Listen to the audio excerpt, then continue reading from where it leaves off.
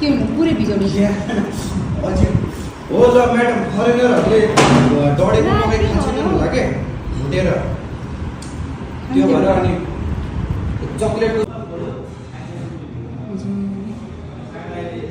सिधै छेउमा आयो लगाउँदै डल्लै निकाल्छ 60 भयो स्टप के छ नि स्टप एकछिन स्टप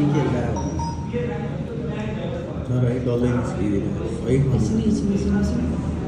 त्यसरी हुनु खाने हुँदो रहेछ एकैचोटि तिमी तल टालिएकै निकाल्यौ नि एकैचोटि टालिएको भए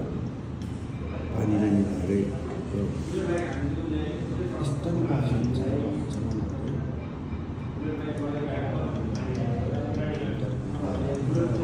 ल स्टप फेरि होइन तँलाई हाल्नु मात्र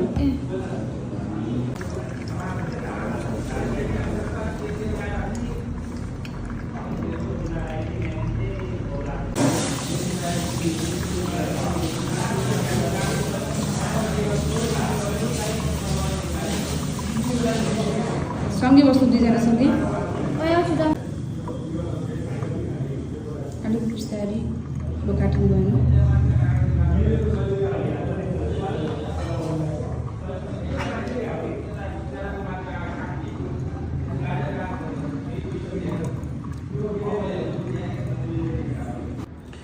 जुम्लाका मान्छेले कसरी खाला ती गरिबहरूले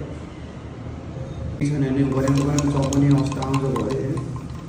जुम्लातिर कफी पल्यो भने के हुन्छ मजाले अलिक ठुलो फ्लोर अझै धेरै कराउनु स्टप कस्तो थियो भन्ने हो त्यहाँ टसार ठुलो फ्लो हाल्ने ठुलो नहलाउने के भयो फेरि हाल्नु अनि काट्नु अफ गरेर काट्नु ट्राई गर्नु ठिक छ वेल ट्राई